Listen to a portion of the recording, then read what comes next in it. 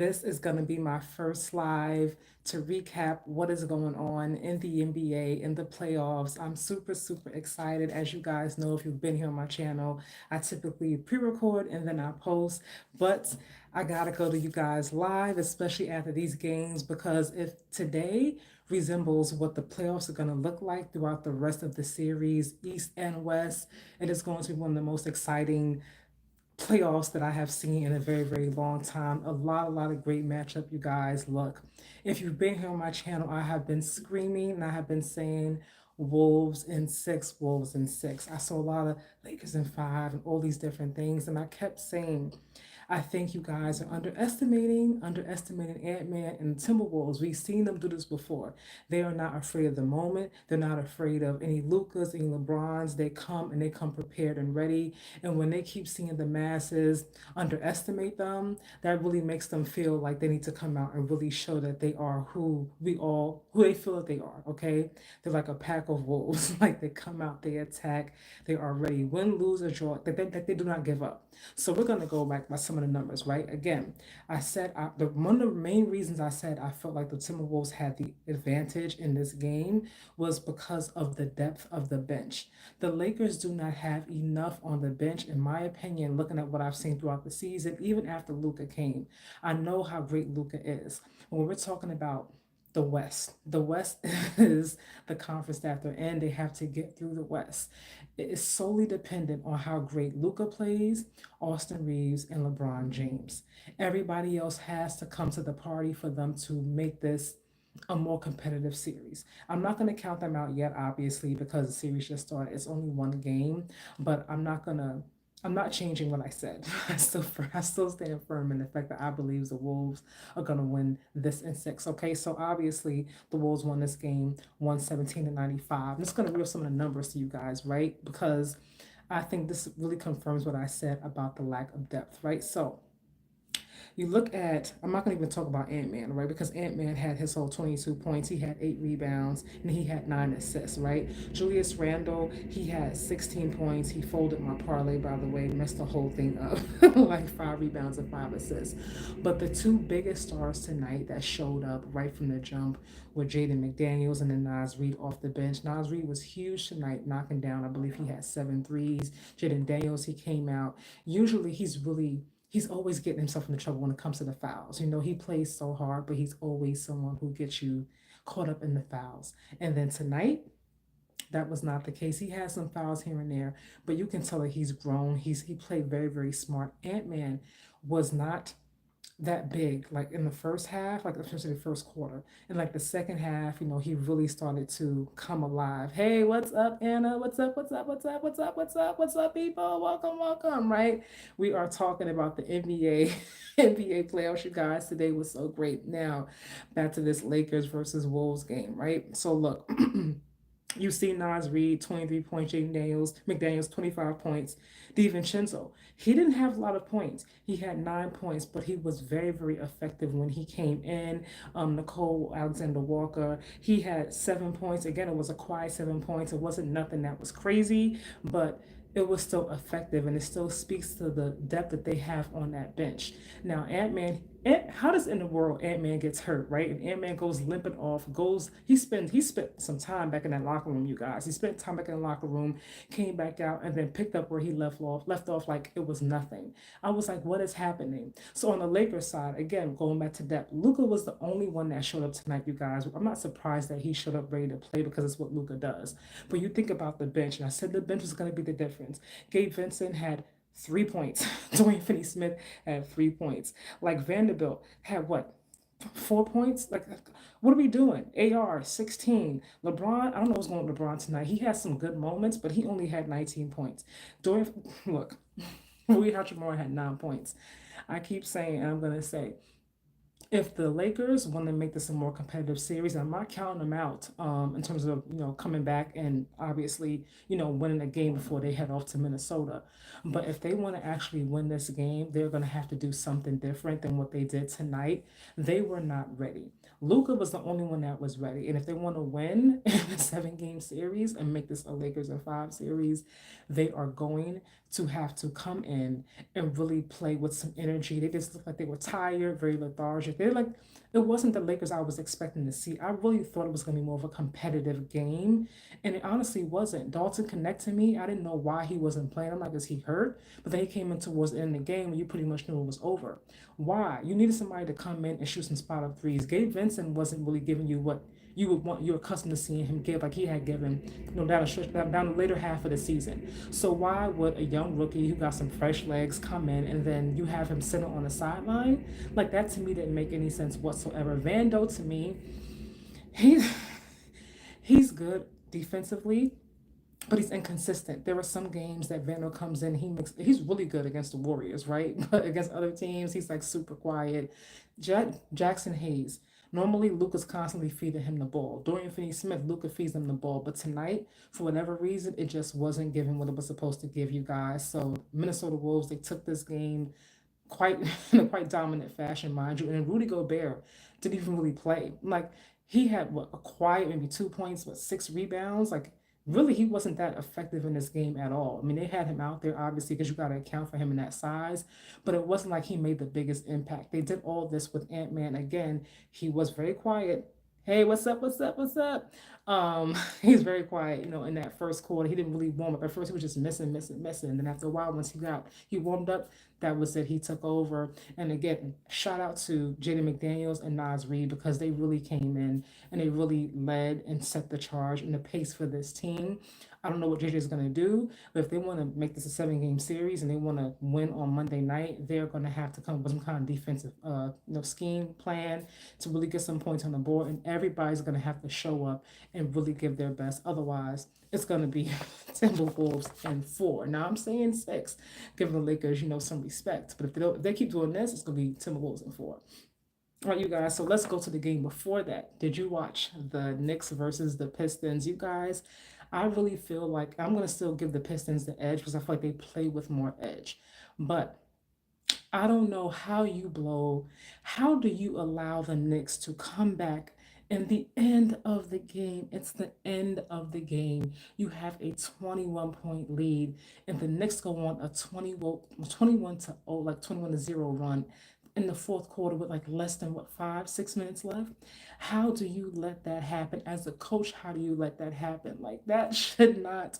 I know things happen, but for you to have the lead pretty much the entire game and then it end the way it did, I was like, come on, y'all, fight. And I think this is where experience honestly shows up and it makes the difference because when you have a team who's not used to being there, and you playing against a team who has been there before, you get to see that the IQ and the way you play down the stretch is everything. Like the Pistons are just excited to be there, in my opinion, right? They weren't there last season. Obviously, it didn't go well. They lost a lot of games.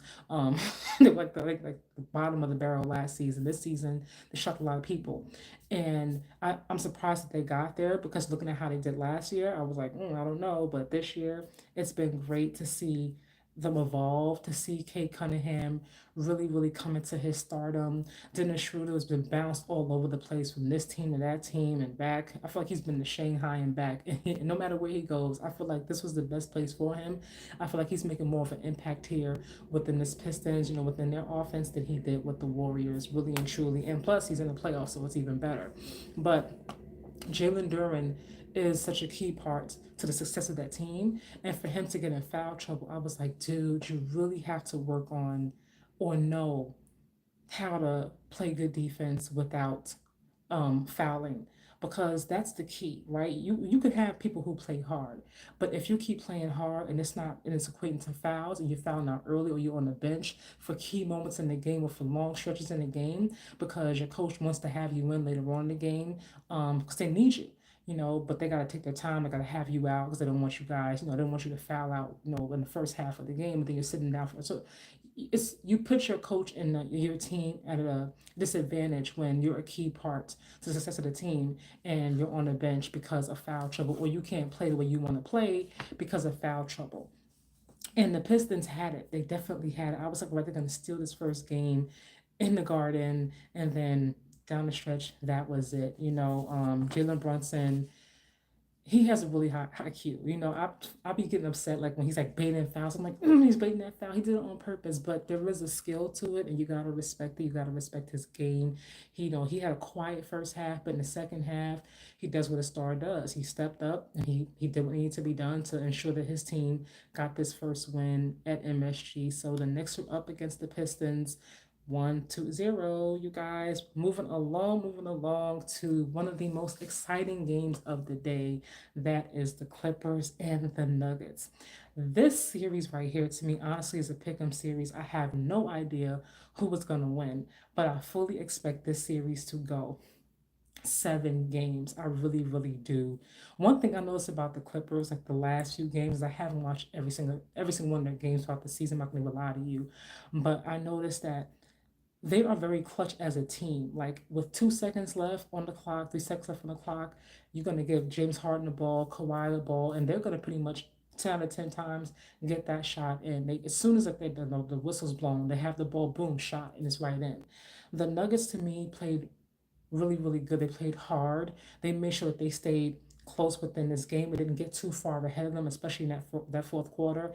And as much credit as we always give, um, the Joker, I always say that I feel like what keeps the engine going for that team, the success of that team, is Jamal Murray. Whenever he shows up and he is at his best and he's knocking down shots and he's playing really, really hard and he's playing smart.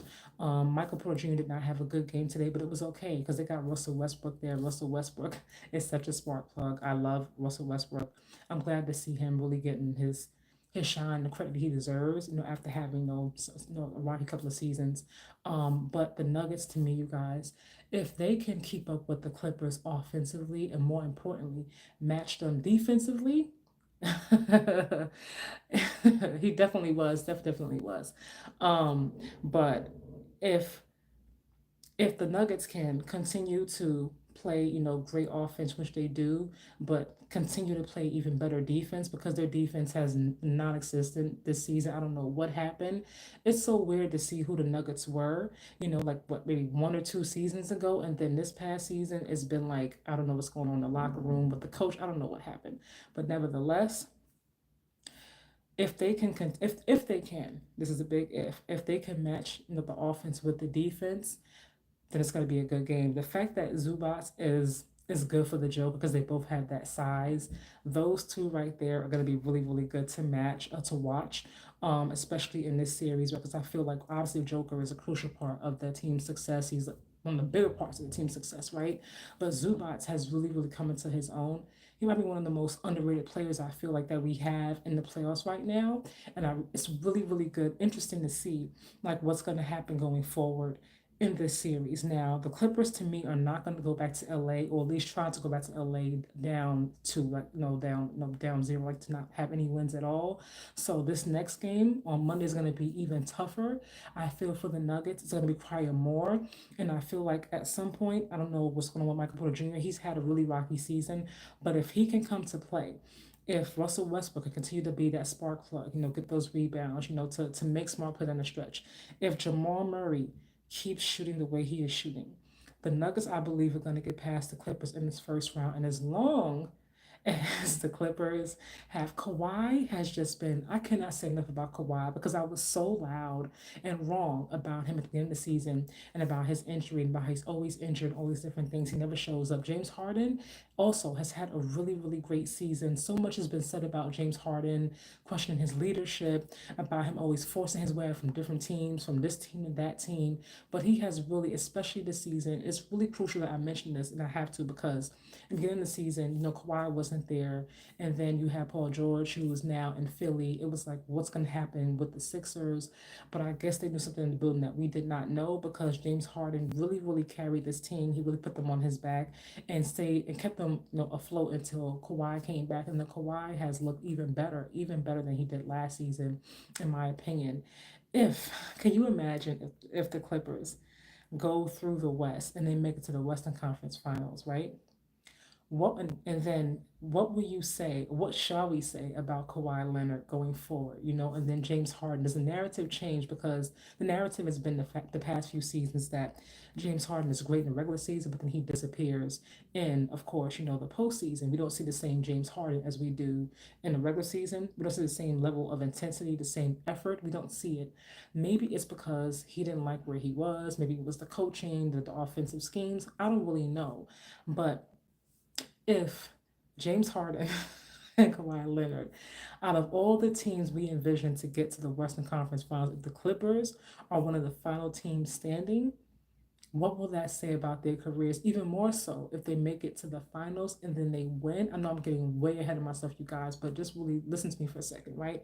Kawhi Leonard has spent the past few seasons hurt, and he's taken so much flack about him not being healthy, about how he's, just taking money from teams and not really giving anything back. If he can overcome those injuries and make it to a finals, and more importantly to win, and then James Harden to finally win and be an NBA champion, I feel like he has everything else. Is going to be a first ballot Hall of Famer, top 75 player. Like, he has all the things already, but what he does not have to top it off is the NBA championship. He does not have the ring, and I feel like that's the one thing and the only thing that he is missing, you guys.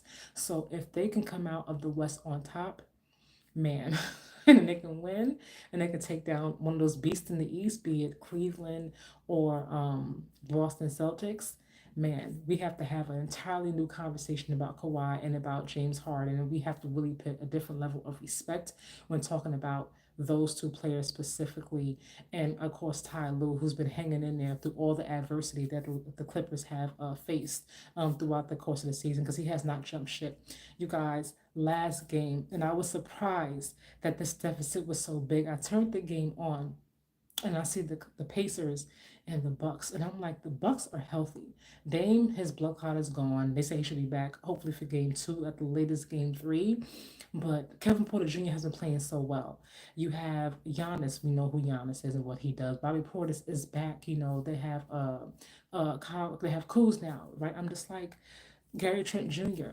I turn the game on and then I'm looking at the stats, and Tyrese Halliburton does not have a good game. He's not having a good game by any accounts in terms of the shooting. And I feel like they kind of usually go as he goes. But he comes in. I'm sorry, he comes in. He's not playing good. And they have like this 29-point deficit. I was like, wait, what? What, the Pacers are playing defense? Because we all know the Pacers, they are like a track team, right? They're gonna be running, they're gonna be moving that pace, they're gonna be, back and forth, right? You gotta be ready and conditioned, so you can keep up with them.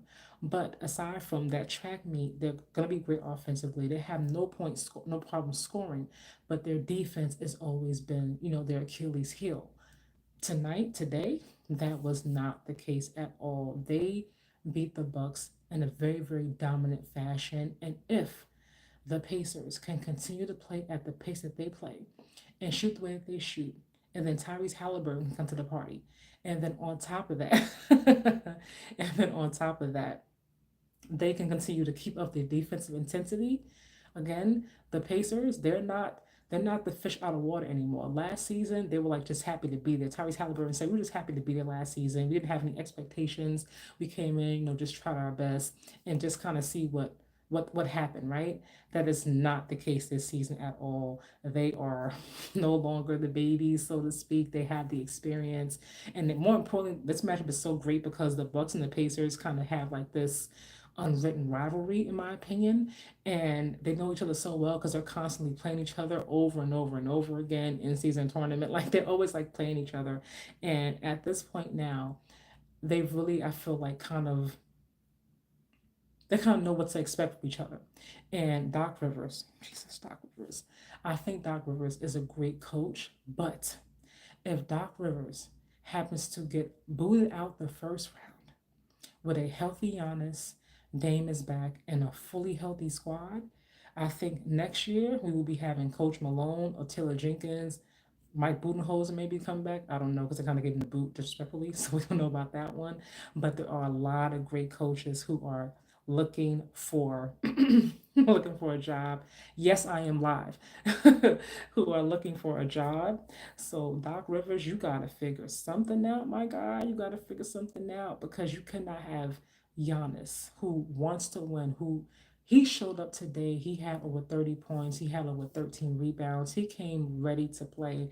And I feel like the team tried, but I've seen them play better. Like I've seen Clues play better. I've seen my no, like I've seen better from this Bucks team. I know they're capable of more. And I said beginning of the season that the Bucks to me were a dark horse, and I love Giannis, I love Dame, but they got to figure something out, really and truly. I don't know. Something's missing, something's not clicking. I'm not sure what it is. Again, it's still early on this season, but the Pacers are dangerous. They've been dangerous, but even more so when you have a team that starts feeling confident and they know, like they know, and they really believe in their bones, like we can take them, we can beat this team, and they keep playing where they're playing. And then you have, a great coach and Rick Carlisle.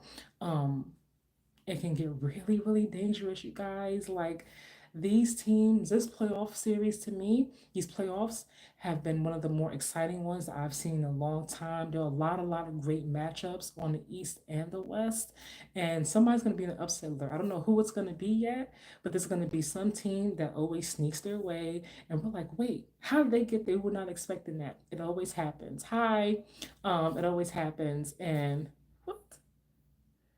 A voodoo. Yo, I don't know if you can see the comments. I do not believe that Doc Rivers is a voodoo doll. But this is what happens, like sometimes I feel like owners get really gun ho and they want, they want people to win back to back to back to back to back. And that's not real. You know what I mean? Like Mike Budenholzer was a winning coach. What they had was a winning formula.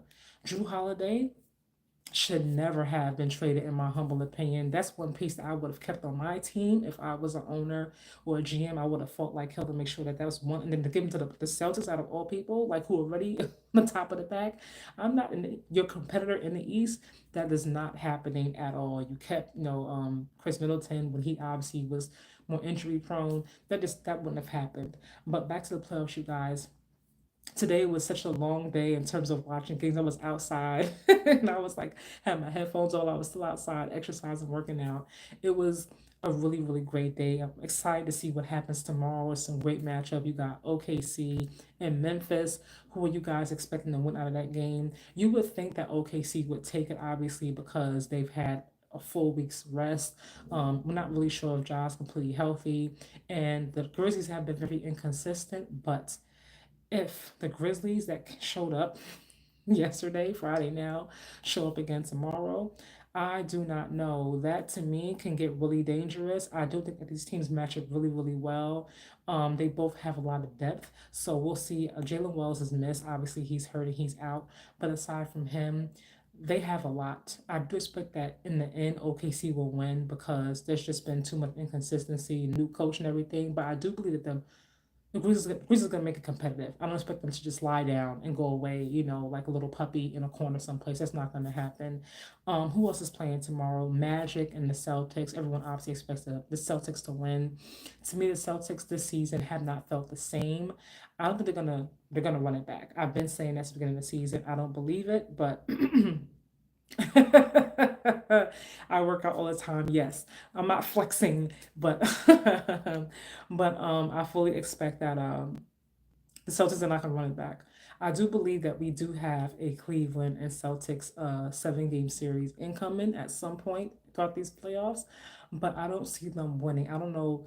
To me, something they don't feel as hungry to me as they did last season. They still have all the talent, obviously. Now that Kristaps is healthy and he's back there, he just pops up right at the end of the season, right? Taking last season, like he's healthy, he's not, and every time the playoffs roll around, Kristaps just bop, he's there, he's ready to go, right?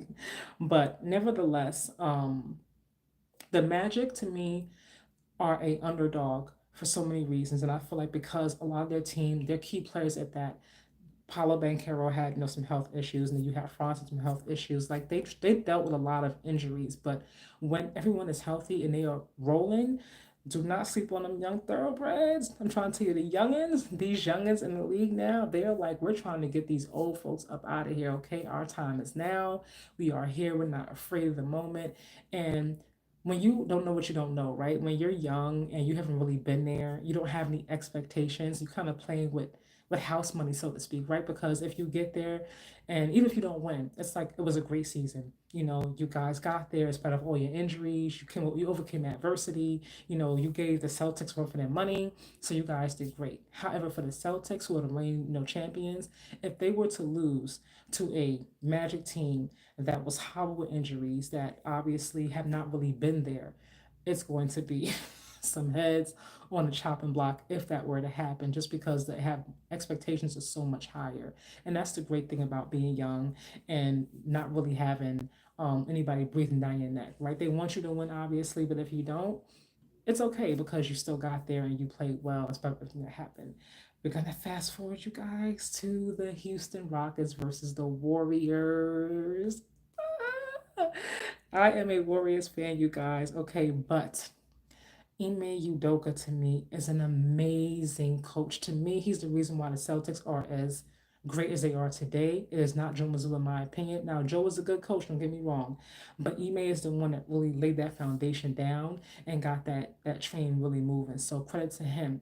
But let me tell you something.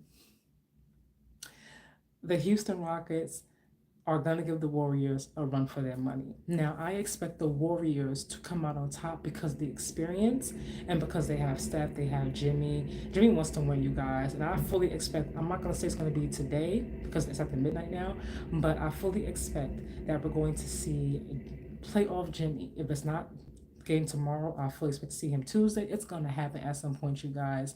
The beauty of the Houston Rockets, though, is that they are young, they are athletic, they have length, they have speed, they play great defense. But to me, their Achilles heel is their offense. They're going to have to stop the Warriors from shooting the perimeter shots. If they can do that and keep getting into the paint, because it's obvious, and I love my Warriors, you guys, I hate to say this, but I have to be honest. The Warriors have a problem defending perimeter shots. They don't.